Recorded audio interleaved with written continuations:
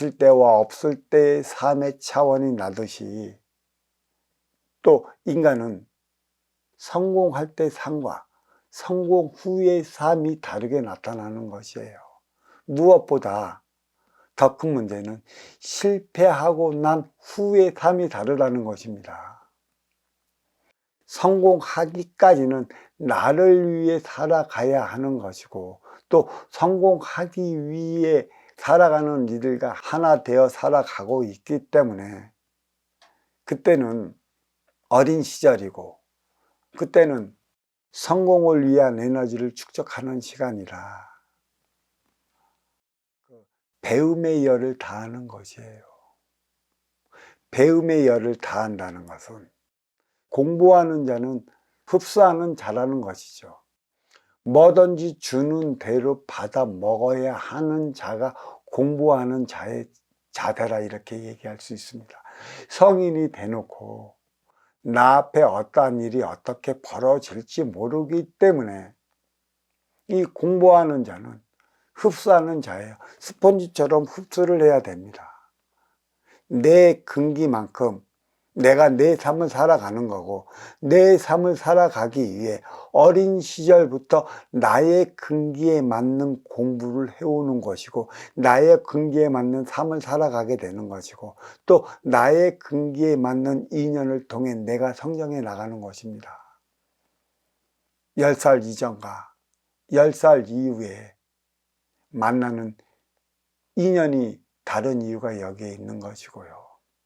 또 공부할 때랑 또 공부하고 펼칠 때랑 그 인연이 다른 것입니다.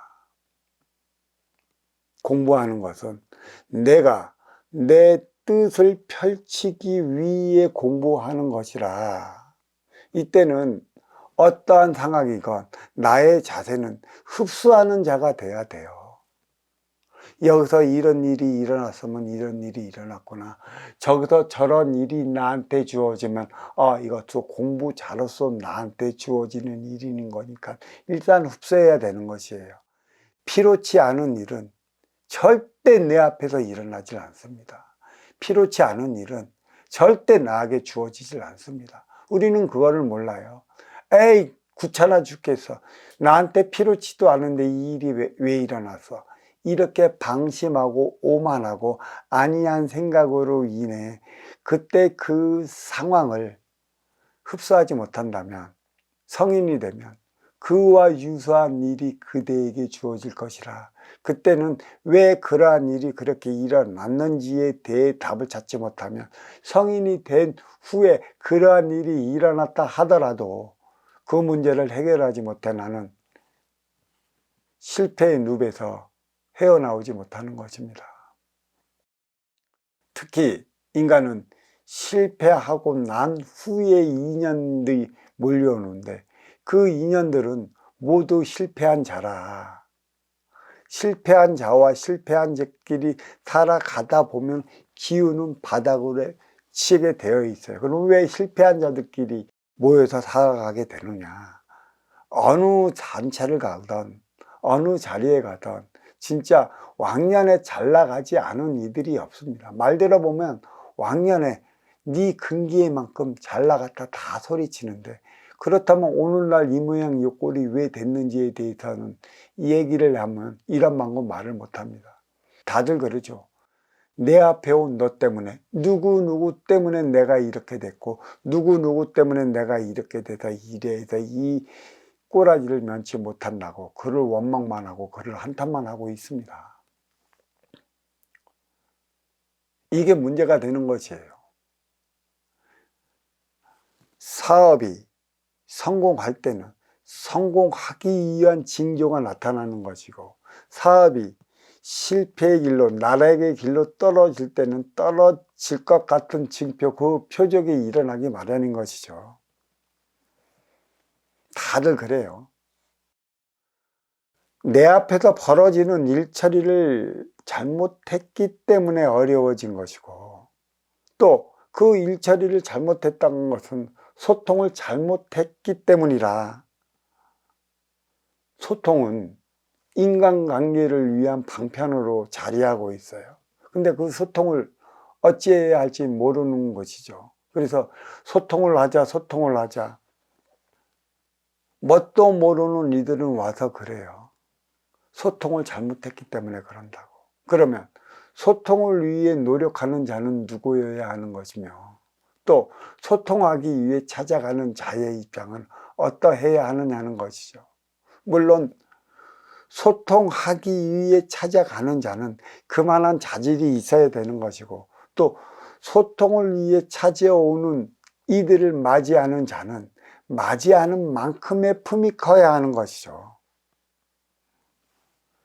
그래, 결국은 뭐냐, 이로움의 소산이 인간관계의 묻어남에 따라 늘 이로움의 대상이 되어야 하는데, 그 이로움의 대상, 나의 이로움의 에너지, 이게 육상량에 있는 것인가, 정신량에 있는 것인가, 이것을 잘 못하고 있기 때문에 우리는 먼저 주고 후회받는 행위를 다 못하는 것이에요.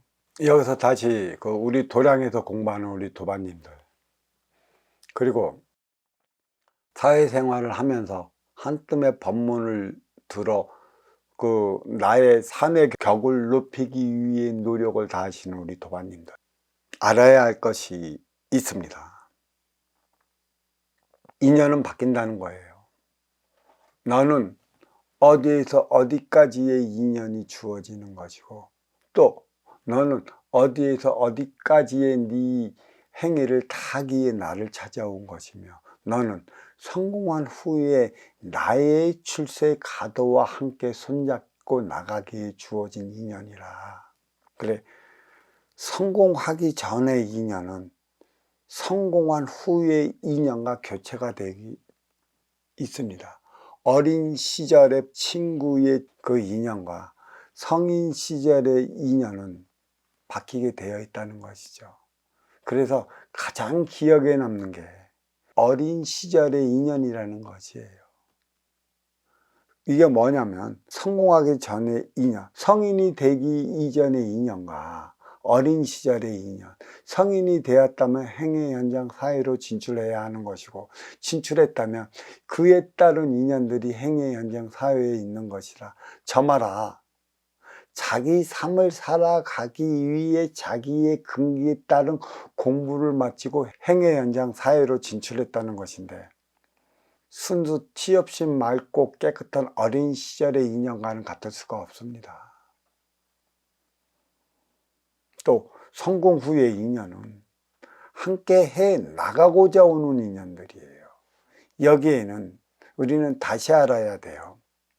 나의 도움을 전적으로 필요하는 인연이 30%가 있고요, 또 나의 도움보다는 나가 갖고 있던 그 에너지를 훔쳐가기 위해 신시탐탐 그 시기만 노려보는 이들도 있고, 또 도움을 받아야 하기도 하고, 때로는 찬스만 있으면 그 에너지를 가지고 훔쳐 도망가려는 인연이 있습니다. 공부하기 전의 인연도 함부로 둬서는 안 되는 것이고, 공부 중의 인연도 함부로 둬서는 안 되는 것이고요, 또 공부를 마치고 펼칠 때의 인연도 함부로 두어서는 안 되는 것이에요. 제가 인성 함양을 하는 이유를 많이 살아왔지 않았습니까? 이번 생에 있어 너의 본성은 천성이라, 저번 생애에 살아온 그 기운이 뭉쳐갖고 요번 생애로 인기가 인육을 쓰고 인간으로 살아갈 때 발설되는 것이니, 너의 본성, 너의 천성은 바뀌지 않는다고 그랬어요. 하지만 인성을 함양하는 것은 너의 본성에 인성을 부과시키면 절대 이성을 잃지 않는 법이라. 이성을 잃지 않는다면 그다지 큰 어려움, 절대절명의 위기까지는 몰리지 않습니다. 하지만 천성이 고운 이들이 있어요. 또 천성이 전생을 통해 남아져 이번 생에 비춰지는 것이라, 이런 이들은 더더욱 인성을 함양해야만 이번 생에 나의 삶을 살아가는 것이에요. 그게 유전학적으로 나타난다는 것이죠. 유전이 된다, 뭐가 된다. 다르지 않습니다.